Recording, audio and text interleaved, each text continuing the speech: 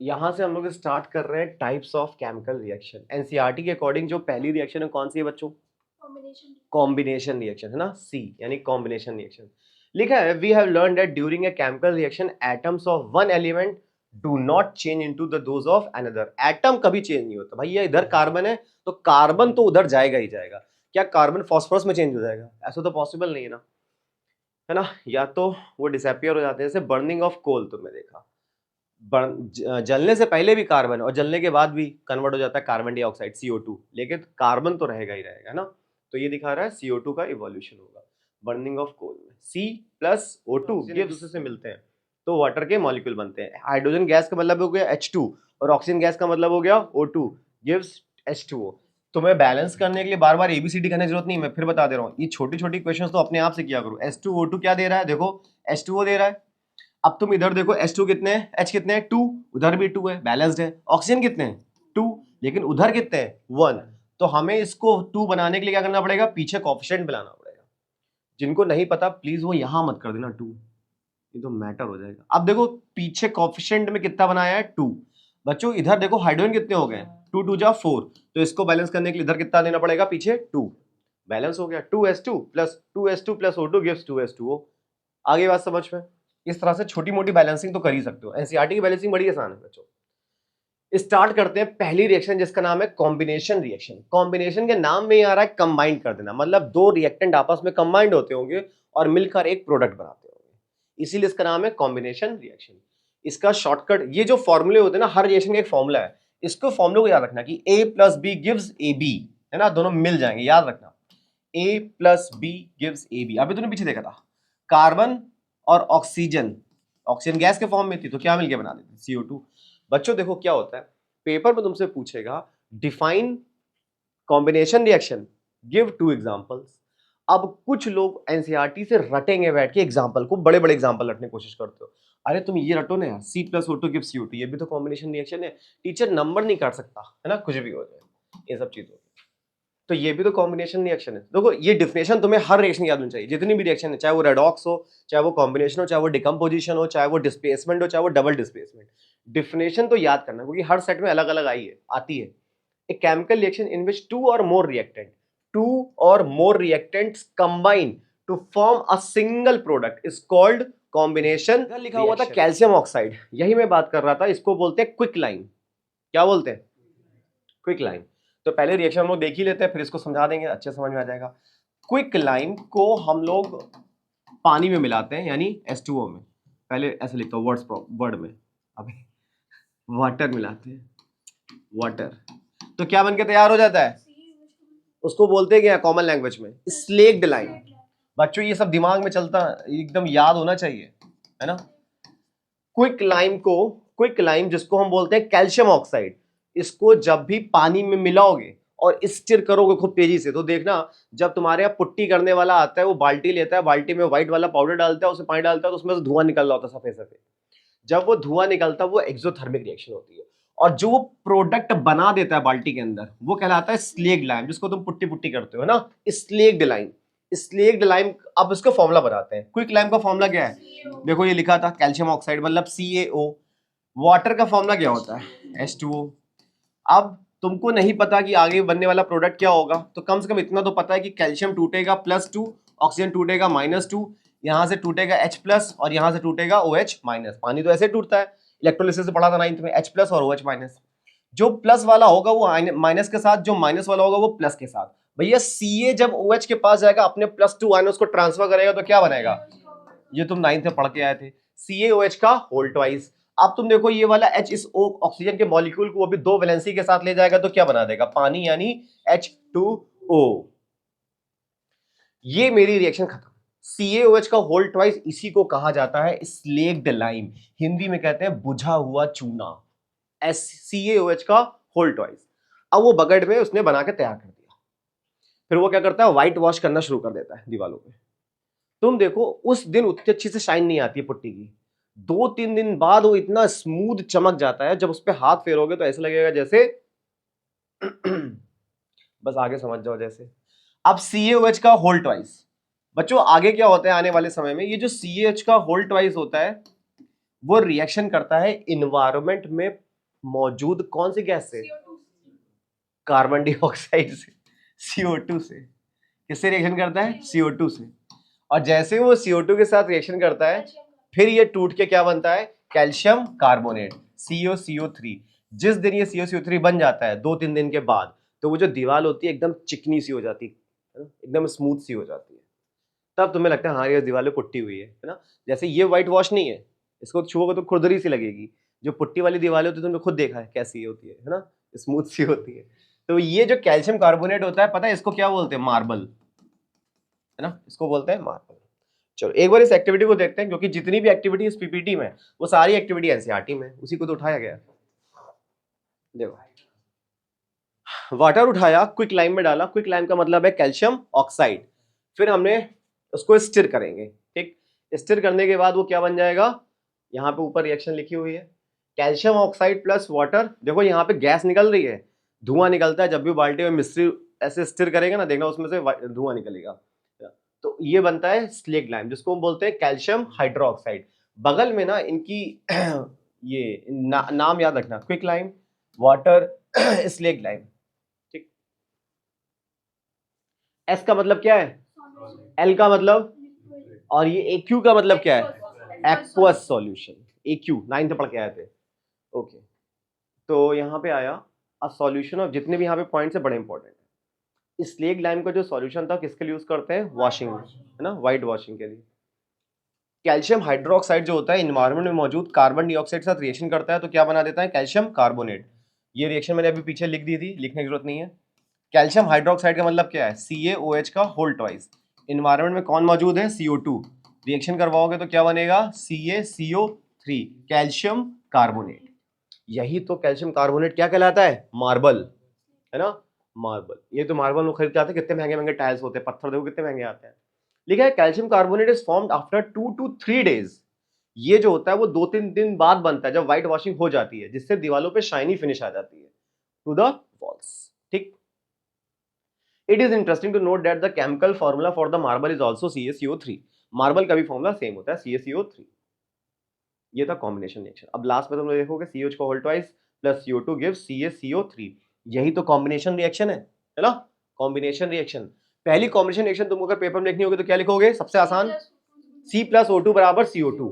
Tough नहीं याद करोगे, जितना इजी से इजी रिएक्शन याद कर सकते हो अपने नोट्स में सबसे इजी वाली रिएक्शन ढूंढना। मैं फिर बोल रहा हूँ, जितनी बड़ी रिएक्शन याद करोगे फरवरी के महीने में कुछ नहीं रिवाइज कर पाओगे, जितनी छोटी छोटी रिएक्शन होगी जल्दी कर पाओगे। C+O2 gives CO2। अच्छा एक काम करो, तुम ये देखो कि ये भी कॉम्बिनेशन है, calcium hydroxide plus CO2 COCO3। सोचो अगर CaCO3 को हीट करें, है ना, कैल्शियम कार्बोनेट को हीट करें, CaCO3 को मैंने हीट किया, कोई बता सकता है ये किसमें टूटेगा जिससे ये बन के आया था? Very good, CaO plus CO2। अब पता ये कौन सी रिएक्शन हो गई? अभी तुमने कॉम्बिनेशन पढ़ा था, ये टूट रहा है तो इसको इंग्लिश में क्या बोलते हैं? टूटने को डिकम्पोजिशन रिएक्शन। देखा, मतलब एक एग्जांपल याद करोगे उससे दो निकल जाएंगे। ये बच्चों डिकम्पोजिशन रिएक्शन एग्जांपल होगा, अभी आगे आएगा। तो सबसे इजी मुझे डिकम्पोजिशन में यही लगता है, CaCO3 को ब्रेक करो, वापस से तुम्हें कैल्शियम ऑक्साइड जिसको बोलते हैं क्विक लाइन, CaCO3 जिसको बोलते हैं कैल्शियम कार्बोनेट, और CO2 गैस निकलती है, CO2 गैस निकलती है। तो ये डिकम्पोजिशन हो जाएगा। कहने का मतलब है इसको इधर लिख दो और उसको उधर लिख दो तो वो क्या बन जाएगा? कॉम्बिनेशन। इसको इधर लिख दो उसको उधर लिख दो तो क्या बन जाएगा? डिकम्पोजिशन। एक ही रिएक्शन से दो एग्जांपल बन जाएंगे, एक तीर दो शिकार, ठीक है। ये तो तुमने पढ़ लिया डिकम्पोजिशन के बारे में प्लस वाटर। लिखा है एक्सोथर्मिक रिएक्शन। एक ये भी रिएक्शंस होती हैं एक्सोथर्मिक रिएक्शन, वो रिएक्शंस होती हैं जिसमें क्या निकलती हो? देखो, एक्स का मतलब हो गया एग्जिट, एक्स का मतलब वाला एक्स नहीं, एक्स का मतलब हो गया एग्जिट, और थर्म का मतलब क्या होता है? हीट। मतलब इन रिएक्शंस में कौन निकल रही है? हीट बाहर निकल रही है। क्लियर है क्या? तो ऐसी इन्वायरमेंट में बहुत सारी रिएक्शंस होती है जिसमें एनर्जी या हीट बाहर निकलती है। Burning of natural gas, methane का फॉर्मूला होता है CH4। CH4 को बर्न करोगे तो क्या बनता है बच्चों? CO2 प्लस H2O, है ना। ये ब्रेक होता है CO2 प्लस H2O में ब्रेक होता है। तो ये भी कैसी रिएक्शन है? तुम्हारी एक्सोथर्मिक है। इसमें क्या निकलती है? हीट। तुम्हें पता है वो हमारे गैस सिलेंडर में कौन सी गैस भरी होती है? अरे वाह, उसका नाम क्या होता है भैया? एलपीजी। LPG cylinder. सिलेंडर के अंदर कौन सी गैस भरी होती है? हाइड्रोजन तो भर देंगे तो फिर ब्लास्ट हो जाएगा। हाइड्रोजन सबसे ज्यादा रिएक्टिव गैस है। सन में हाइड्रोजन तो होती है, मीथेन नहीं होती। कोई नहीं पता? हीलियम। पागल है क्या? हीलियम होता तो गुब्बारा की तरह उड़ जाता। हीलियम सबसे हल्की गैस होती है। सन में कौन सी गैस है? सन में दो गैसेस है, हाइड्रोजन और हीलियम। 70% ये, 30% ये। बहुत ही रिएक्टिव गैस है, ये हम नहीं भर सकते कभी भी। चलो, मैं तुम्हें ये बता रहा था कि सिलेंडर जिसको हम बोलते हैं एलपीजी लिक्विफाइड पेट्रोलियम गैस, उसमें कौन सी गैस भरी होती है? ब्यूटेन। ब्यूटेन इंपॉर्टेंट है, याद रखना। ब्यूटेन का फॉर्मूला होता है C4H10, मेथड प्रोब्यूट C4H10, उसको याद रखना। मैं तुम्हें पढ़ा रहा था सही एक्सोथर्मिक रिएक्शन, तो सिलेंडर की याद क्यों आई? देखो, सिलेंडर में जो रिएक्शन हो रही होती है वो एक्सोथर्मिक ही तो होती है। C4H10 को आग दे देते हैं, O2, क्या निकलता है? CO2 भकाभक एकदम, और H2O जो तुम्हें दिखती नहीं है ना, CO2 प्लस H2O। इसी तरह से तुम मीथेन को देखो, मीथेन को ऑक्सीजन देते हैं तो CO2 प्लस H2O निकलती है। ठीक है, अब सुनो एक बड़ी इंटरेस्टिंग बात जो शायद नहीं पता होगी। ये जो ब्यूटेन गैस उसके अंदर भरी जाती है, इसकी अपनी कोई स्मेल नहीं होती है। क्या होता है? ये स्मेललेस गैस है, एकदम गंधहीन बोलते हैं इसको। तो भैया लेकिन जब भी सिलेंडर लीक होता है तो स्मेल तो बड़ी तेज आती है, और इसकी स्मेल को क्या बोलते हैं? सिलेंडर की स्मेल को पंजेंट, PUNGENT। पंजेंट को कहते हैं हार्श। जो तुम्हें कुछ लोगों को सिलेंडर की स्मेल बड़ी अच्छी लगती है लेकिन, है ना, पंजेंट स्मेल। तो तुमसे पूछेगा कि बताओ सिलेंडर में कौन सी गैस को ऐड किया जाता है जिससे हमें ब्यूटेन की महक आने लगती है? तो बता सकते हैं? नहीं। फिर यार ऑक्सीजन करोगे तो वो जल जाएगा, है ना। कौन सी गैस भरते हैं? उसका नाम है इथाइल मरकैप्टन। Ethyl mercaptan. अभी ये सब चीजें याद रखना जब दोबारा पूछोगे। इथाइल मरकैप्टन का फॉर्मूला होता है C2H5SH। C2H5SH, ethyl mercaptan. नाम है C2H5S। S का मतलब सल्फर है, H का मतलब हाइड्रोजन है, SH। सिलेंडर में कौन सी गैस भरी थी? ब्यूटेन। ब्यूटेन में स्मेल नहीं होती, तो स्मेल लाने के लिए उसमें कौन सी गैस मिलाई जाती है? Ethyl mercaptan. क्लियर है क्या? एकदम समझ गए? ये होता है। तो तुम देखो जब भी ब्यूटेन जलती है तो कितनी भयंकर एनर्जी मिलती है ना। हीट निकल रही होती है ना, गर्मी लग रही होती है भयंकर एकदम, इतना ज्यादा कि कुकर में प्रेशर बन जाता है, सब्जी बन जाती है, कढ़ाई में सब्जी बन जाती है, मैगी 2 मिनट में बन जाती है, ये सब चीजें हो जाती है। तो मतलब एनर्जी तो वहां से निकली, मतलब ब्यूटेन को जब बर्न करोगे तो कैसी रिएक्शन हो जाएगी? वो एक्सोथर्मिक रिएक्शन हो जाएगी। बल्कि ये तो इतनी ज्यादा रिएक्टिव गैस होती है, ऑक्सीजन के साथ इतना तेजी से रिएक्ट करती है। तुम देखो जब सिलेंडर का ब्लास्ट होता है तो वही घर नहीं उड़ता, आसपास का भी 1-2 घर लेके उड़ जाता है पूरा। इतना ज्यादा ये हाईली रिएक्टिव। और 14 किलो है उस सिलेंडर में, 14 किलो तो बहुत है ना। चलो, बर्निंग ऑफ नेचुरल गैस, तो ये तुमने पढ़ा कि यार नेचुरल गैस का मतलब मीथेन। बर्न होती है तो कार्बन डाइऑक्साइड और ऑक्सीजन, और साथ में क्या रिलीज करती है? हीट। यानी एक्सोथर्मिक रिएक्शन का जो एंड प्रोडक्ट होगा वो हीट जरूर निकलेगा। क्लियर है क्या? बैलेंस करना सबको आता है, बाकी बैलेंस कर लेना। तो सिंपल सी डिफिनेशन क्या बनी? Reactions in which heat is release along with the formation of product are called exothermic reaction. अपने नोट्स में जब तुम वीडियो देख रहे होगे, नोट्स बनाना तो यही सेम रिएक्शन लिखना, सेम डेफिनेशन सेम रिएक्शन, जल्दी जल्दी याद हो पाएगा। क्यों? मेरा पढ़ाया हुआ प्लस इसका तुम्हारी सारी सेंसेस काम कर रही होगी। ओके, हमारी बॉडी में खुद हो रही होती है रेस्पिरेशन रिएक्शन। अब तुम कहोगे सर ये रेस्पिरेशन होती कैसे? पढ़ाया था जब अभी रेस्पिरेशन टॉपिक पढ़ाया था। रेस्पिरेशन के लिए जो रिएक्टेंट होता है वो कौन चाहिए होता है? शुगर का मॉलिक्यूल, है ना, जिसको हम बोलते हैं C6H12O6। और हम लोग नाक से क्या ले रहे होते हैं? Oxygen gas. बॉडी में मौजूद है ये ग्लूकोज का मॉलिक्यूल, यानी जिसको हम शुगर बोल रहे हैं, प्लस ऑक्सीजन। तो जिससे क्या टूटेगा? CO2 plus H2O plus energy, तभी तो हमको एनर्जी मिल पा रही है ना। ये रिएक्शन है जो रेस्पिरेशन की रिएक्शन है, ये बड़ी इंपॉर्टेंट है। देखो दो रिएक्शन, एक फोटोसिंथेसिस और एक रेस्पिरेशन, अच्छे से याद कर लेना। फोटोसिंथेसिस के रिएक्शन में डेली तुम लोग को रिवाइज करवा रहा हूं, है इंपॉर्टेंट ये काफी। फोटोसिंथेसिस रिएक्शन क्या होती है? 6CO2 plus 12H2O in the presence of sunlight and chlorophyll gives, अब ये मिलेगा C6H12O6 6O2 प्लस 6H2O। याद करने का तरीका है 6 12 6 6, ये सिंगल मॉलिक्यूल बनता है ग्लूकोज का। ठीक है, तो ये चीज तुम्हें समझ में आ रही है? ठीक, ये रिएक्शन किसकी थी? फोटोसिंथेसिस की। ये रिएक्शन किसकी है? वो रेस्पिरेशन की। दोनों अलग अलग रिएक्शन है। तुम सोचो, जो इसका एंड प्रोडक्ट था वो इसका रिएक्टेंट है रेस्पिरेशन में। तो समझ में आ रहा है बच्चों? याद करते चलो, समय तेजी से निकल रहा है डेली पर डे। बाकी बैलेंसिंग तुम कर ही लोगे। ओके, लिखा है the decomposition of vegetable matter into compost is also an example of exothermic reaction. तो समझ में आया? सब्जी का छिलका वगैरह मम्मी लोग काट के फेंक देती है बाहर, धीरे तुम देखो 2 दिन में सड़ गल जाता है, पता नहीं चलता कहाँ चला गया। ये भी रिएक्शन कैसी है? एक्सोथर्मिक। एक्सोथर्मिक। हम लोग डिकम्पोजिशन नहीं पढ़ रहे हैं, हम लोग तो कॉम्बिनेशन पढ़े थे। उसके बाद हम लोग कौन सी रिएक्शन पढ़ रहे हैं? एक्सोथर्मिक रिएक्शंस वो होती है जिसमें क्या निकल रही होती है? हीट। क्योंकि थर्म का मतलब होता है हीट और एक्सो का मतलब होता है बाहर जाना, एग्जिट। इस तरह से याद करो। अब इसका उल्टा करेंगे, इंडोथर्मिक रिएक्शन, है ना?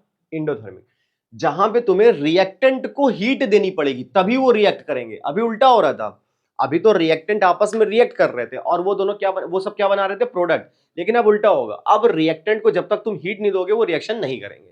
एग्जाम्पल के लिए हमें नीचे से, ये ट्राइपॉड स्टैंड है, नीचे से बंसन बर्नर लगाना पड़ेगा, है ना? तब ये रिएक्टेंट रखा है। वैसे ये कोई बता सकता है कौन सा है, क्या चीज है? येलो कलर का क्या होता है? कौन सा केमिकल होता है? याद कर लो, सल्फर जो होता है वो येलोइश ब्राउन होता है। नीचे से बंसन बर्नर दिया, इसको बर्नर बोलते हैं। यहां लिखा था सल्फर, इसमें हमें आयरन के ग्रेन्यूल्स डाले और उसके बाद उसको हीट किया है, तो ये आयरन सल्फाइड बनाया है। अगर इसकी रिएक्शन को देखोगे तो आयरन Fe और सल्फर का S, ये हीट की गई है जिससे हमें बन रहा है FeS, आयरन सल्फाइड। जिसको नहीं समझ में आया ये प्रोडक्ट सर ये बना कैसे होगा, बच्चों ये रिएक्शन तुम्हें खुद आनी चाहिए। Fe का होता है +2, सल्फर का होता है -2, दोनों कैंसिल हो जाएंगे तो प्रोडक्ट यही बनेगा FeS। सॉलिड फॉर्म में देखो, सॉलिड फॉर्म में, और ये भी जो बना सॉलिड फॉर्म में। ठीक है, तो इसमें हमें हीट पहले से ही देनी पड़ेगी। जब तक हीट नहीं करोगे सल्फर अपना अलग रखा रहेगा, आयरन अपना अलग रखा रहेगा, दोनों में कुछ नहीं होने वाला। ठीक, तो ये था तुम्हारा इंडोथर्मिक रिएक्शन का एग्जांपल।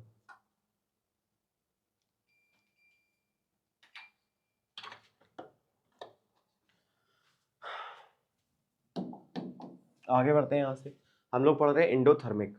देखो लिखा है reactions in which heat is absorbed, ऐसी रिएक्शन जिसमें हीट एब्जॉर्ब होती है और तभी वो अकर होती है, इनको क्या कहते हैं? Endothermic reaction.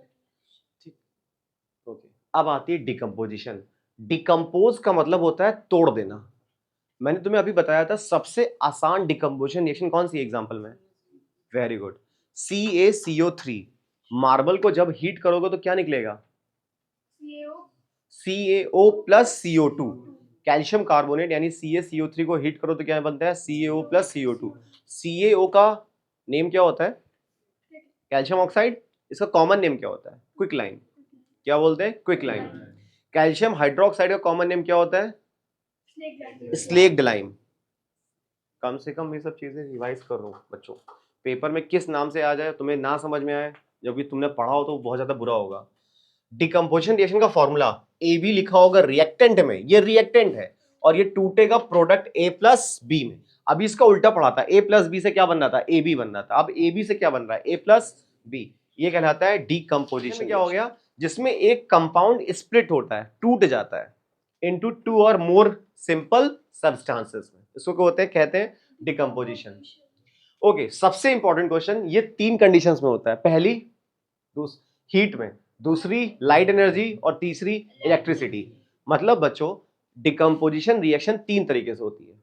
या तो आप उस कंपाउंड को क्या कर दो? हीट कर दो, या तो उस कंपाउंड को लाइट मतलब सनलाइट में रख दो, और तीसरा या तो आप उसको इलेक्ट्रिसिटी पास कर दो।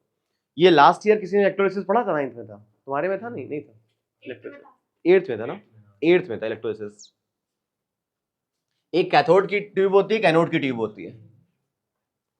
चलो, तो सबसे पहले आता है तुम्हारा हीट, हीट वाला। ये बंसन बर्नर रखा हुआ है, ये है कैल्शियम कार्बोनेट। तुम खुद सोचो, अभी तुमने पढ़ा था, ये एनसीईआरटी की एक्टिविटी भी है। अगर ये हीट करेगा तो किसमें टूटेगा? अभी तुमने मुझे बताया था CaO plus CO2, CO plus CO2। और कभी भी ना इस एरो को ऐसे मत लगा देना भाई, ये एरो का मतलब ऐसे है, धनुष मार्ग वाला। ये बताता है कि डायरेक्शन किधर है, रिएक्शन का डायरेक्शन किधर है। इधर रिएक्टेंट था, उधर प्रोडक्ट है। अगर इसी का उल्टा कर दो, एरो इधर बना दोगे, तो फिर वो रिएक्टेंट हो जाएगा और ये प्रोडक्ट हो जाएगा, है ना। इसलिए एरो को कभी भी गलत नहीं करना। इसका मतलब जब कैल्शियम कार्बोनेट को कोई हीट करेगा पीछे से, तो वो किस में टूटेगा? कैल्शियम ऑक्साइड में टूटेगा, ठीक है। और उस कैल्शियम ऑक्साइड की रिएक्शन पानी साथ करा दोगे तो क्या बनेगा? Calcium hydroxide. फिलहाल ये कैल्शियम कार्बोनेट है, ये हीट करेगा, कार्बन डाइऑक्साइड गैस निकल रही है, ये किस में बन जाएगा? कैल्शियम ऑक्साइड में। किसमें? Calcium oxide. ये तुम्हारी डिकम्पोजिशन रिएक्शन तुम्हें याद रखनी पेपर के लिए, हीट करने पर CO प्लस CO2 बनता है। क्लियर है क्या? और सल्फेट का होता है SO4, इसका देंगे +2, इसका देंगे -2, तो बन जाएगा FeSO4, फेरस सल्फेट। चलो देखते हैं, फेरस सल्फेट को हीट करा जाएगा।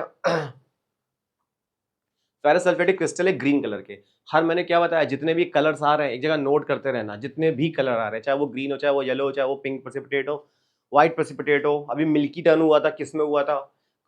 H2 गैस निकलती है तो कब निकलती? ये सारी रिएक्शंस इस तरीके से आती है। बुनसन बर्नर है, ठीक, हीट करेंगे। अच्छा, आयरन है, कोई लोहा है ना, आयरन की रॉड है, और इसको मैंने बहुत दिन तक पानी के साथ रख दिया है, पानी में डाल के रख दिया है, तो मुझे कैसे पता चलेगा कि ये इसका क्या हो जाएगा? रस्टिंग स्टार्ट हो जाएगी। रस्टिंग मतलब तो जंग लगना शुरू हो जाएगा। और रस्ट का फॉर्मूला किसी को पता है क्या होता है? रस्ट का फॉर्मूला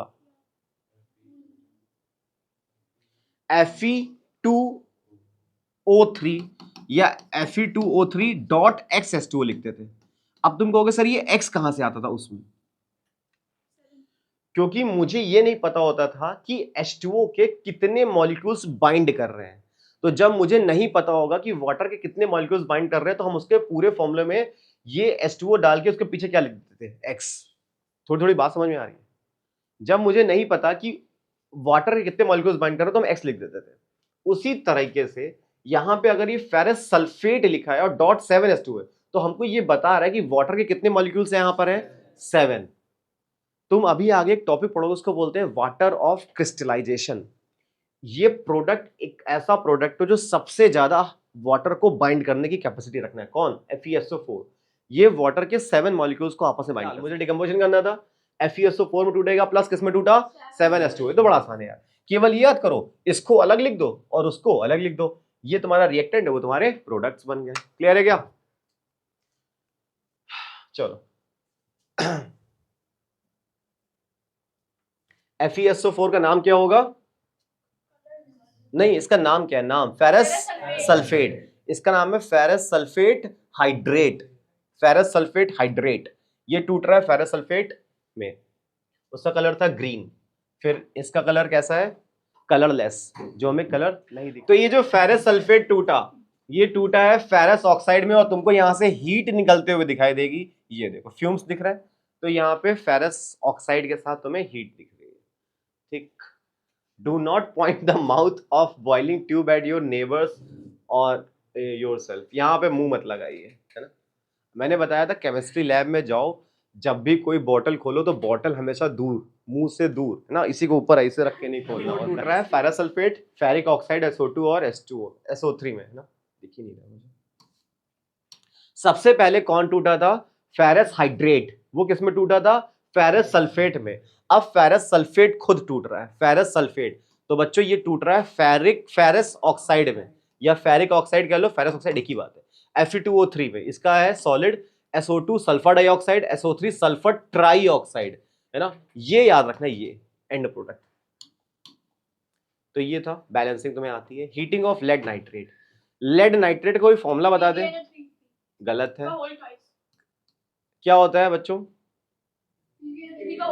यही होता है, वेरी गुड। PbNO3 का होल ट्वाइस। इसकी होती है +2, इसकी होती है -1, क्रॉस मल्टीप्लाई करोगे तो ऊपर फॉर्मूला बन के तैयार। लेड नाइट्रेट को हीट करने पे ये किस में टूटेगा? लेड ऑक्साइड में। ये शायद हम लोग पहले भी एक बार पढ़ चुके हैं, किसी जगह पे आया था, है ना। लेड, यस, सेकंड एक्टिविटी में पढ़ा था। लेड नाइट्रेट है, बुनसन बुनन है।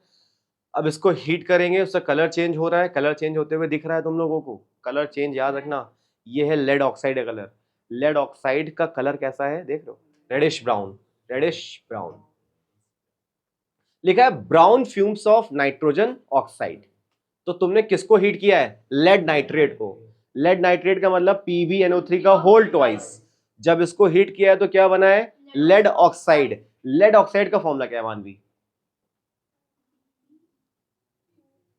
PbO, बस +2 -2 कैंसिल, तो क्या बन जाएगा PbO। तो हम इसको रिएक्शन के फॉर्मेट में लिख लेते हैं, PbNO3 को होल ट्वाइस को हीट करेगा तो PbO plus NO2 plus oxygen. अब सुनो, तुम्हें रिएक्शन रटनी नहीं पड़ेगी, इसको तोड़ो। Pb किस में टूटेगा, +2 है ना, Pb +2 में टूटेगा। NO3 कैसे टूटेगा, NO3 -1 होता है, लेकिन ये फिर टूटेगा NO2 और O2 में टूटेगा, और ये बस इतना ही तो था, है ना। कुछ समझ में आ रहा है तुम्हें, क्या हो गया, ओके है ना। अब देखो Pb, अच्छा ये तो वो था डिकम्पोजिशन रिएक्शन है ना, PbO को ले जाएगा तो क्या बनेगा PbO। अब O2 जो है, O2 ये टूटती है ऑक्सीजन ऑक्सीजन के एटम में, एक PbO ले जाएगा, लेकिन ऑक्सीजन कभी सिंगल हो नहीं सकता क्योंकि डिसबैलेंस हो जाएगा, उससे क्या बनाएगा O2, और ये NO2 अलग निकल जाएगी, और PbO अलग निकल गई, तो PbNO3 का होल ट्वाइस इस वे में टूटता है। कुछ समझ में आया। थर्मल डिकम्पोजिशन रिएक्शन, एक टेस्ट ट्यूब है, ये बंसन बर्नर है, ये शुगर के क्यूब क्रिस्टल्स हैं, शुगर के क्रिस्टल्स उसको हीट कर रहे हैं। शुगर का फॉर्मूला पता है क्या होता है, C12H22O11, C12S22O11। तुमने इसके पीछे एक और पढ़ा था, C6S12O6, ये किसका था, ये ग्लूकोज का होता है। बच्चों पता है ग्लूकोज को कहा जाता है सिंपलेस्ट शुगर, अभी तो जब तुम बीमार पड़ जाते हो तो चीनी क्यों नहीं चढ़ा देते, जब यही चढ़ाना है तो ग्लूकोज चढ़ाया जाता है, क्योंकि ग्लूकोज सिंपलेस्ट शुगर होती है जो हमारी बॉडी में इजिली डिजोल्व हो जाती है ना। खाना नहीं खाओ कुछ ना खाओ, लेकिन बस ग्लूकोज की बॉटल लेते रहो डेली, ठीक, तो तुमको कार्बोहाइड्रेट एनर्जी तो मिलती रहेगी। क्यों, इसमें तीनों है, कार्बन भी, हाइड्रोजन भी, ऑक्सीजन भी, इसलिए तुम एनर्जेटिक फील करने लगते हो ग्लूकोज चढ़ाने के बाद। लेकिन ये शुगर है C12H22O11, जब हीट करोगे तो तुमने देखा चीनी को कभी कढ़ाई में रख के हीट करो काली होने लगती है ना, वही कलर चेंज हुआ और हीट निकल रही है, डिकम्पोज होगी। डिकम्पोज किस में होगी, कार्बन प्लस वाटर में, बाकी बैलेंसिंग कर लेना, उधर कार्बन 12 इधर 12 डाल दोगे, इधर 11 है, 22 हो जाएगा। ठीक, ये समझ में आ गया। C12H22O11 याद रहेगा, देख लो एक बार, C12S22O11। फाइनली अगर मुझे डिकम्पोजिशन को समझना होगा, थर्मल डिकम्पोजिशन को, तो इसमें जो ऑप्शन होगा वो क्या होगा, हीटिंग। हीटिंग तुम याद रखना, थर्मल का मतलब हीट, दैट्स इट। सभी रिएक्शन के कितने कितने टाइप्स याद रखने, केवल 2 एग्जांपल, सबके कितने कितने एग्जांपल, 2, चाहे वो थर्मल हो, चाहे वो लाइट हो, चाहे वो इलेक्ट्रोलिसिस हो, सबके 2 एग्जांपल याद रखना। हीटिंग ऑफ कैल्शियम कार्बोनेट हम लोग ने पढ़ा, CaCO3 टूटेगा CO प्लस CO2 में। फेरस सल्फेट हाइड्रेट पढ़ा था, FeSO4.7H2O टूटेगा Fe2O3 प्लस वाटर में। तीसरा पढ़ा था लेड नाइट्रेट, PbNO3 का होल ट्वाइस टूटा था लेड ऑक्साइड में, PbO में। फिर हमने पढ़ा था हीटिंग ऑफ शुगर। तुम्हें जो आसान लगे इन दोनों, इन चारों में से 2 एग्जाम्पल कोई अपनी कॉपी पे लिख लेना, उसको एग्जाम टाइम तक याद रखना। ओके, मॉड्यूल 7 ये है, लाइट आ रही है मतलब कौन सा, फोटोलिसिस, फोटोलिसिस। अब जो डिकम्पोजिशन पढ़ रहे हैं वो किससे पढ़ेंगे, लाइट से। तुमने देखा सनलाइट से भी कुछ चीजें होती है, कलर चेंज होता है, डिकम्पोज हो जाती है। देखो AgBr सनलाइट की प्रेजेंस में टूटेगा किसमें, Ag प्लस Br2 में। बड़ा सिंपल है यार ये तो, है ना, तुम लोग याद कर पाओगे। AgBr टूटता है, Ag यानी सिल्वर प्लस ब्रोमीन यानी Br2। ब्रोमीन जो होता है ये नॉन मेटल है, ठीक है, इकलौता नॉन मेटल जो किस स्टेट में पाया जाता है, लिक्विड स्टेट में। ये बैलेंसिंग कर लोगे। इसी तरह से बड़ी आसान आसान सी है, AgBr के साथ आप Cl लगा दो, सिल्वर क्लोराइड किस में टूट जाएगा बच्चों, Ag प्लस क्लोरीन में। कितना सिंपल था ये कैसी रिएक्शन है, फोटोलिसिस रिएक्शन है। अब जो डिकम्पोजिशन हो रहा है वो किसकी वजह से हो रहा है, सनलाइट की वजह से हो रहा है, डिकम्पोज हो रहा है, ठीक है। फिर देखा है decomposition due to light is called photolysis. Both these reactions are used in black and white photography during the process of developing। तुमने कभी फोटोग्राफर्स को देखा है, अब आज की डेट में ऐसा नहीं होता है, अब तो प्रिंट चाहे तुम डे में निकाल दो कोई दिक्कत नहीं होती। पहले तुमने देखा होगा जो लोग फोटो स्टूडियो चलाते थे वो अंधेरे कमरे में प्रिंट निकालते थे, अगर उसमें जरा से भी लाइट पड़ जाती तो क्या हो जाता था, फोटोग्राफी जो होती थी खराब हो जाती थी। अरे तुमने पुराने कैमरे रखे देखे थे जिसमें पहले ब्लैक कलर की एक छोटी सी वो रील निकलती थी, पापा लोग उसको लेके जाते थे और बोलते थे इसका प्रिंट निकलवा दो, मतलब उसका। अब आज की डेट में क्या है, हम लोग मेमोरी कार्ड वगैरह इस्तेमाल करने लग गए, कैमरे बहुत एडवांस हो गए, पहले ऐसा नहीं था, है ना। तो यही लिखा है कि जब फोटोग्राफ निकाला जाता था तो एकदम डार्क रूम में निकालते थे, इस पे जरा सी भी लाइट नहीं पड़नी चाहिए, ठीक है, ये होता था। हम लोग पढ़ रहे हैं फोटोलिसिस। अब ये आ गया, बैटरी लगी है, कैथोड एनोड दो ट्यूब बन गए, सल्फ्यूरिक एसिड है। सल्फ्यूरिक एसिड का फॉर्मूला क्या होता है? H2SO4। किंग ऑफ एसिड किसे कहते हैं? सल्फ्यूरिक एसिड के। सल्फ्यूरिक एसिड के अलावा कोई और दो एसिड के नाम बताओ। HCl हाइड्रोक्लोरिक एसिड जो पेट में होता है, और तीसरा HNO3 जिसको हम कहते हैं नाइट्रिक एसिड। बैटरी में कौन सा एसिड होता है? Sulphuric acid, king of acid. उठाया ड्रॉप, डाला, लिखा है acidified water is the water mixed with a few drops of acid. ठीक, लिखा है acidified water is used to produce ions. Ions कैसे टूटते हैं? जैसे हम बैटरी का स्विच ऑन करेंगे वो टूटना शुरू हो जाएगा। तो ये जो गैस निकल रही है वो कौन सी है? Hydrogen plus oxygen. अगर तुम इसका आयनिक फॉर्म में देखोगे तो ये हमेशा टूटता है किसमें? H प्लस और OH माइनस में।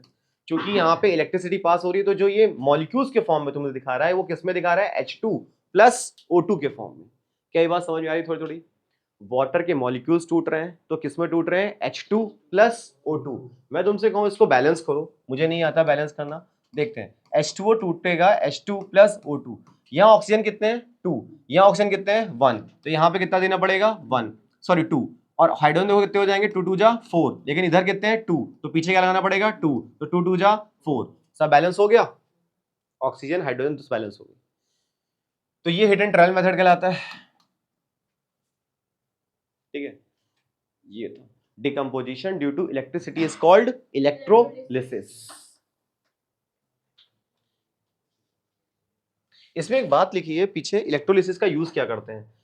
Extraction of metals like sodium, aluminium, electroplating. ये याद रखना, पहले यहाँ पे कॉमन नहीं लगा है, कॉमन लगा है। जब भी हमें सोडियम या एल्यूमिनियम को किसी कोटिंग करनी होती है ना, तो हम लोग इलेक्ट्रोलिसिस का यूज करते हैं। शायद तुम्हें ऐसे ना समझ में आ रहा हो, जैसे मान लो एक बीकर लो। अब सबसे सिंपल जो तुम अपने घर में पा सकते हो, बीकर में पानी भर दो। अब एक तरफ चम्मच डाल दो, चम्मच का मतलब स्पून, और दूसरी तरफ क्या करो? कॉपर। कॉपर समझते हो? हिंदी में क्या कहते हैं कॉपर को? तांबा। तांबे का कुछ भी गिलास रख दो, छोटा सा गिलास रख दो तांबे का, ऐसे, या जो भी तुम्हारे पास कॉपर का यूटेंसिल है उसको उठा के रख दो। अब क्या करना, उसमें 12 वोल्ट की बैटरी लेना और स्विच ऑन करना कि उसमें करंट सप्लाई स्टार्ट हो जाए। आधे घंटे बाद देखना, जितना भी ये तांबे का कॉपर का कलर होगा, येलोइश ब्राउन होता है, वो सब जाके किस पे जम जाएगा? इस पे, स्पून पे। इसी प्रोसेस को कहते हैं इलेक्ट्रोलिसिस। और अगर अभी भी तुम्हें समझ में नहीं आया, क्योंकि ये है बहुत इंपॉर्टेंट, आगे एक पूरा टॉपिक आएगा इलेक्ट्रोलिसिस पे, मोस्ट इंपॉर्टेंट टॉपिक है पूरी केमिस्ट्री के इस चैप्टर का, सबसे इंपॉर्टेंट, जिसपे खूब सारे क्वेश्चंस आए। मैं तुम्हें कुछ एलिमेंट्स के नाम यहाँ पे तुम्हारे सामने आएंगे, तुमको उनको उसी ऑर्डर में याद करना पड़ेगा। सबसे ज्यादा रिएक्टिव मेटल कौन सा होता है? देखा है? पोटेशियम के, यानी रिएक्टिविटी सीरीज में सबसे ऊपर किसको रखा जाएगा? पोटेशियम को, है ना? पोटेशियम को। तो रिएक्टिविटी सीरीज तुम्हें याद रखनी खूब अच्छे से। उसके बाद आता है Na, सोडियम, फिर आता है कैल्शियम Ca, फिर आता है magnesium, then aluminium, zinc, iron, lead, फिर आता है हाइड्रोजन, फिर रिएक्टिविटी घटती चली जा रही है, कॉपर, मर्करी, सिल्वर, Au का मतलब हो गया गोल्ड। तो इसको इसी लिख लो, अभी अभी तो सिर्फ ये नाम लिखो कि NaCaMg, AlZnFe, PbH, CuHg, Ag और Au। बाद में या तो वीडियो में देख लेना अपना। अब सुनो बच्चों, नीचे की तरफ आने पर जो रिएक्टिविटी होती है वो क्या हो जाती है? कम हो जाती है, डिक्रीज। इसका मतलब सबसे लीस्ट रिएक्टिव इसमें कौन दिख रहा होगा तुम्हें? और सबसे ज्यादा रिएक्टिव कौन दिख रहा होगा? पोटेशियम। पोटेशियम इतना ज्यादा रिएक्टिव होता है कि इसको इन्वायरमेंट में लाते ही जलने लगता है। सोडियम भी तो देखो, तुमने देखा होगा यूट्यूबर्स और इंस्टाग्राम पे नहीं रील्स डालते हैं पानी में आग लगाने वाला, तो सोडियम की बहुत लेते हैं, पानी में डाल देते हैं। इतना ज्यादा रिएक्टिव है वो, जैसे वाटर के संपर्क में आता है वो क्या होता है? भक्क से फटने लगता है, जलने लगता है ना? तो ये रिएक्टिविटी नीचे की तरफ आने पर डिक्रीज हो जाती है। तो मोस्ट रिएक्टिव ये हो जाएगा, लीस्ट रिएक्टिव तुम्हारा गोल्ड हो जाएगा। The arrangement of metals in the increasing or decreasing order of the reactivity is called the reactivity series of metal। बच्चों ये डिफिनेशन याद रखना, पेपर में कभी कभी डिफिनेशन आती है जो हम डिफिनेशन भी नहीं बना पाते हैं सही से, क्योंकि कभी कभी इतना टफ पढ़ के चले जाते हैं कि जो इजी आता है वो भी भूल जाते हैं। Arrangement of metal in ascending और डिसेंडिंग ऑर्डर, बस इतना ही है। ठीक है, arrangement of metals in ascending और डिसेंडिंग ऑर्डर। अभी मैं तुम्हें इसकी ट्रिक बनाता हूं तो तुमको ट्रिक से जल्दी याद हो पाएगा। देखो तुम याद कर लोगे तो जल्दी से याद कर पाओगे। देखो कैटरीना का मतलब के का मतलब हो गया पोटेशियम यानी के वाला के, ने का मतलब हो गया Na का मतलब सोडियम, कार का मतलब हो गया कैल्शियम, मांगी का Mg मतलब मैग्नीशियम, ऑल्टो का मतलब हो गया लॉर्ड ऑल्टो यानी Al, जेन का मतलब हो गया जिंक Zn, फरारी का मतलब हो गया Fe यानी आयरन, फिर बन गया फिर भी का मतलब Pb का मतलब हो गया लेड, हाई का मतलब हो गया H का मतलब हाइड्रोजन, हाइड्रोजन एकदम बीच में आता है, फिर Q का मतलब हो गया Cu मतलब कॉपर, मिली का मतलब हो गया Hg यानी मर्करी, सिल्वर का हो गया सिल्वर वही Ag, प्लेटेड का मतलब हो गया प्लैटिनम, ऑडी का मतलब हो गया Au यानी गोल्ड, ऑडी का Au पकड़ोगे गोल्ड का Au पकड़ोगे गोल्ड। तो तुम इस सीक्वेंस में याद जल्दी क्या बन जाएगी, arrangement of metals in decreasing और increasing order is known as reactivity series. अब तीसरा रिएक्शन है जिसका नाम है डिस्प्लेसमेंट रिएक्शन। सबसे पहले कौन सी रिएक्शन पढ़ी थी, कॉम्बिनेशन, फिर उसका उल्टा डिकम्पोजिशन। डिकम्पोजिशन तीन तरीकों से, थर्मल, फोटोलिसिस और इलेक्ट्रोलिसिस। तीसरी रिएक्शन आती है डिस्प्लेसमेंट, जो ज्यादा रिएक्टिव होगा वो कम रिएक्टिव वाली को क्या कर देगा, डिस्प्लेस कर देगा और खुद अपनी सेटिंग बना लेगा, है ना। इसमें रिएक्शन का फॉर्मूला क्या है, AB plus C gives A plus BC या CB, A को हटा देगा और C B के साथ खुद बाइंड कर जाएगा, है ना। इसकी डिफिनेशन लिखी है, when more reactive element removes another element. जब ज्यादा रिएक्टिव कम रिएक्टिव वाले को हटा देता है उसको क्या बोलते हैं, डिस्प्लेसमेंट। बच्चों ये सिंगल डिस्प्लेसमेंट है, क्यों, क्योंकि केवल इसने इसके पार्टनर को चेंज किया है। अभी पढ़ोगे डबल डिस्प्लेसमेंट, इनका पार्टनर इनके साथ और इनका पार्टनर इनके साथ, तो उसको बोलते हैं डबल डिस्प्लेसमेंट, है ना। ये तो सिंगल डिस्प्लेसमेंट है। देखते हैं, कॉपर सल्फेट सॉल्यूशन भरा हुआ था, इधर फेरस सल्फेट सॉल्यूशन लगा हुआ था। कॉपर सल्फेट का कलर देखो क्या था, ब्लू। याद रखते चलना सारे कलर्स। फेरस सल्फेट का कलर क्या है, ग्रीन। तुम्हें पेपर में कभी भी डायरेक्ट नाम नहीं देगा, ऐसे आता है a chemical compound X green in colour reacts with, green in colour reacts with, ये क्या था, ये क्या था, copper sulphate, gives a product. तो तुमको पता होना चाहिए था कि हमने पढ़ा था ग्रीन कलर का फेरस सल्फेट था, ब्लू कलर का कॉपर सल्फेट था, वहां पे ये सब नहीं लिख के आएगा, ये PQXY होगा, ठीक। कॉपर सल्फेट ने रिएक्शन की है फेरस सल्फेट के Fe से, तो देखो क्या बना है, आयरन सल्फेट इसको हम बोलते हैं, है ना, वे फेरस सल्फेट कॉपर। देखो यहाँ पे रिएक्टिविटी सीरीज की बात करते हैं, तो ज्यादा रिएक्टिव कौन है बच्चों, कॉपर की आयरन, आयरन ज्यादा रिएक्टिव है। अभी तुमने पढ़ा था कैटरीना ने कार मांगी ऑल्टो जेन फरारी, फरारी का Fe।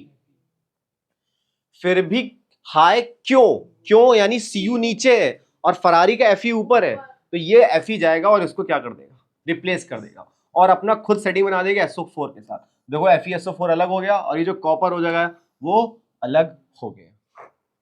एक और बताते हैं, जिंक है और कॉपर सल्फेट है, जरा उधर रिएक्टिविटी से देखो, जिंक कहां पर है, जिंक ऊपर है और कॉपर कहां पे है, नीचे है। तो जिंक जाएगा कॉपर को हटा देगा, जिंक जाएगा कॉपर को हटा देगा और खुद क्या बना देगा, जिंक सल्फेट ZnSO4 और कॉपर। ये सारी रिएक्शन किसका एग्जांपल है, सिंगल डिस्प्लेसमेंट या फिर डिस्प्लेसमेंट। जब दो कंपाउंड इधर हो, दो लोग इधर हो, दो लोग इधर हो, आपस में एक दूसरे को रिप्लेस कर दो, वो कहलाती है डबल डिस्प्लेसमेंट। अभी तुम पढ़ रहे हो सिंगल डिस्प्लेसमेंट। इसी तरह से लेड है, कॉपर क्लोराइड है। देखो लेड की बात करो, लेड कहां है, Pb ये है, कॉपर कहां है, नीचे। तो कॉपर सॉरी लेड जाएगा कॉपर को क्या कर देगा, रिप्लेस कर देगा, बहुत आसान आराम से रिप्लेस कर पाएगा, वो कॉपर अलग हो जाएगा। इसलिए लेड डिस्प्लेसेस कॉपर। ये तुम्हारी थी सिंगल डिस्प्लेसमेंट, एक बची है डबल डिस्प्लेसमेंट। अब दो लोग एक दूसरे को रिप्लेस कर रहे होंगे, लगे हाथ इसको भी कंप्लीट ही कर लेते हैं भाई। डबल डिस्प्लेसमेंट, इसका फॉर्मूला क्या बनता है, AB plus CD gives AD plus BC, ADBC। इसका देखो प्लस, इसका देखो माइनस, इसका देखो प्लस का माइनस, तो प्लस वाला जाएगा चुपकेगा माइनस के साथ, देखो इसलिए प्लस माइनस का चिपका है, प्लस माइनस हट जाएगा, प्लस माइनस हट जाएगा, ADBC हो जाएंगे। कुछ समझ में आया, डबल डिस्प्लेसमेंट एग्जांपल समझेंगे तो और अच्छे समझ में आएगा। लिखा है during double displacement reaction and insoluble substance is form known as precipitate. बड़ा इंपॉर्टेंट है, कभी भी कोई तुमसे पूछे कि किस टाइप की रिएक्शन में प्रेसिपिटेट बनता है, तो डबल डिस्प्लेसमेंट में प्रेसिपिटेट बनता है। प्रेसिपिटेट का मतलब क्या होता है? इनसॉल्युबल। मैंने बताया था चौक, पानी में डालो, स्टिर कर दो, तो चौक पूरी तरीके से डिसॉल्व होती नहीं है, घोल बन के तैयार हो जाता है, और उसको हम बोलते हैं प्रेसिपिटेट। इस टाइप सा थोड़ा सा गाढ़ा सा लिक्विड होता है, उसको बोलते हैं precipitate. Any reaction that produces precipitate can be called a precipitation reaction. अब उसने ये बताया कि डबल डिस्प्लेसमेंट में प्रेसिपिटेट बनता है, और ऐसी हर रिएक्शन जिसमें प्रेसिपिटेट बने उसको हम लोग क्या कहते हैं? Precipitation reaction. उसका नाम भी याद रखना, प्रेसिपिटेशन रिएक्शन का क्या मतलब पड़ा था। पहला example, reaction between barium chloride and sodium sulphate. तुम लोग अपने आप से बना के दिखाओ, मजा आ जाए। प्रोडक्ट बना दो, रिएक्टेंट लिखो फॉर्मूले के फॉर्म में, कोई दूसरे का देखेगा नहीं। ठीक है, तुमने रिएक्टिविटी सीरीज में पढ़ा है। पहले तो बैरियम क्लोराइड का फॉर्मूला बना लो, तो क्या बन जाएगा? BaCl2। सोडियम सल्फेट का फॉर्मूला क्या होता है? Na2SO4। अब रिएक्टिविटी सीरीज में तुम देखो कौन किसको रिप्लेस कर पाएगा। बैरियम और सोडियम में ज्यादा रिएक्टिव कौन है? कैटरीना ने कार मांगी, सोडियम कहां आ रहा था भाई साहब? दूसरे नंबर पे आ रहा था, दूसरे नंबर पे, है ना? तो सोडियम ज्यादा रिएक्टिव है, वो रिप्लेस कर देगा किसको? बैरियम को हटाएगा यहां से, और सोडियम खुद किसका सेटिंग कर लेगा? क्लोरीन के साथ, और क्या बनाएगा प्रोडक्ट? NaCl। तो ये बैरियम अकेला बैठा रहेगा, बैरियम उसके पार्टनर को ले जाएगा, क्या बना देगा? BaSO4। खत्म। बाद में बैठ के अपना रिएक्शन को बैलेंसिंग करोगे। ये है डबल डिस्प्लेसमेंट। क्यों? यहां से दो लोग डिस्प्लेस हो रहे हैं, सोडियम ले गया है क्लोरीन को, और बैरियम ले गया है सल्फेट को। तो BaSO4, जिसको अभी भी नहीं समझ में आया, देखो बैरियम की वैलेंसी होती है +2, सल्फेट की होती है -2, ये कैंसिल हो जाएंगे। सोडियम की होती है +1, क्लोरीन की होती है -1, ये कैंसिल हो जाएंगे। इसलिए प्रोडक्ट का सही बनना बहुत जरूरी है, और नहीं तो जैसे बाकी बच्चे रट रहे होते तुम भी रटोगे बैठ के। क्वेश्चन हो रही है ना, समझते रहना। Na2SO4, sodium sulphate, barium chloride, BaCl2 क्या दे देगा? BaSO4 plus NaCl। Plus minus को तोड़ना सीख लो, कैसे प्लस माइनस टूट रहे हैं। अगर तुमने सोचो पेपर में जो लिख के आया, इस नाम से आया पेपर में, तुमने क्या किया? तुमने सही लिख दिया, तो भी तुमको टीचर कितने नंबर दे देगा? आधे नंबर। क्यों? इस एरो के इस तरफ के हाफ मार्क्स होते हैं, उस एरो के उस तरफ के हाफ मार्क्स होते हैं। तुम मान लेते हैं किसी वजह से प्रोडक्ट नहीं कर पाए, है ना, तब भी आधे नंबर तो लेके आओगे, कम से कम ये फॉर्मूला तो बनाना सीख ही लो। फिर जब तुमने प्रोडक्ट बनाया तो हाफ मार्क्स में और मिल जाएंगे, खत्म, एक नंबर मिल गया। फिर बैलेंसिंग करना आता है, ये ABCD का क्या कर लेना। एक तरफ लिखा है बैरियम सल्फाइड, सल्फाइड में वैलेंसी होती है -2, कितनी होती है? वैलेंसी का चार्ट अपने व्हाट्सएप ग्रुप में डाला हुआ है, कल डाला था 9th और 10th दोनों के लिए, बच्चों याद कर लो, बहुत दिक्कत होने वाली है। बैरियम सल्फाइड जिंक के साथ रिएक्शन करेगा, ज्यादा रिएक्टिव कौन है? जिंक। जिंक जाएगा उसको रिप्लेस कर देगा, और ZnS अपना बना देगा जिंक सल्फाइड, और बैरियम किसको ले जाएगा? सल्फेट को। बैरियम सल्फेट, जिंक जिसके साथ मिलेगा बनाएगा जिंक सल्फाइड, है ना, zinc sulphide plus barium sulphate. क्या ये बात समझ में आई? प्लस माइनस टूटेगा आपस में। CuCl2 कॉपर क्लोराइड, रिएक्शन करनी है हमको Ki के साथ, पोटेशियम आयोडाइड। तुम बनाओ अपना प्रोडक्ट, क्या बनेगा? बनाओ। इनकी वैलेंसी बदलती रहती है बच्चों। कॉपर की वैलेंसी 2 होती है, एक होती है +1, एक होती है +2। आयरन की वैलेंसी 2 होती है, एक होती है +2 और एक होती है +3।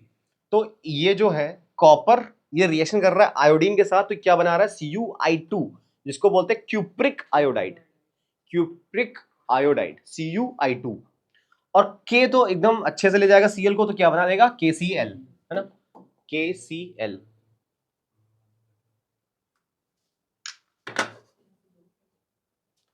KCl का मतलब हो गया पोटेशियम क्लोराइड। तुम लोग को समझ में आ रहा है धीरे धीरे डबल डिस्प्लेसमेंट कैसे हो रही है। तो दो रिएक्शन तुमने यहाँ पे पढ़ी, बैलेंसिंग करोगे, बिना बैलेंसिंग के मत लिख के आना, मैं फिर बोल रहा हूँ, क्योंकि उस पेपर में लिखा होता है write a balanced chemical equation और एग्जांपल जो भी है। लिखा है precipitate is symbolised by an arrow pointing downward. तुम्हें पता ही है क्यूप्रिक आयोडाइड का प्रेसिपिटेट बन रहा है, इसीलिए एरो नीचे जा रहा है। बैरियम सल्फेट का प्रेसिपिटेट बन रहा होगा, इसीलिए एरो नीचे जा रहा है। तुमने पढ़ा डबल डिस्प्लेसमेंट में ही प्रेसिपिटेट बनता है, इसीलिए डबल डिस्प्लेसमेंट रिएक्शन को क्या बोला जाता है? Precipitation reaction. ठीक है, एरो जो नीचे जा रहे हैं वो बताते हैं क्या बन रहा है? प्रेसिपिटेट। बच्चों कलर याद रखना, व्हाइट प्रेसिपिटेट बन रहा है बैरियम सल्फेट, ब्राउन प्रेसिपिटेट बन रहा है कॉपर क्यूप्रिक आयोडाइड का। अब इस चैप्टर की लास्ट रिएक्शन है जिसका नाम है ऑक्सीडेशन एंड रिडक्शन। ये अपने आप में बहुत बड़ा टॉपिक है ना, रेडॉक्स रिएक्शन के नाम से इसको पढ़ते हैं। तो इसको अभी नहीं करेंगे क्योंकि ऑलरेडी तुम लोग बहुत ज़्यादा बर्डन में आ चुके हो।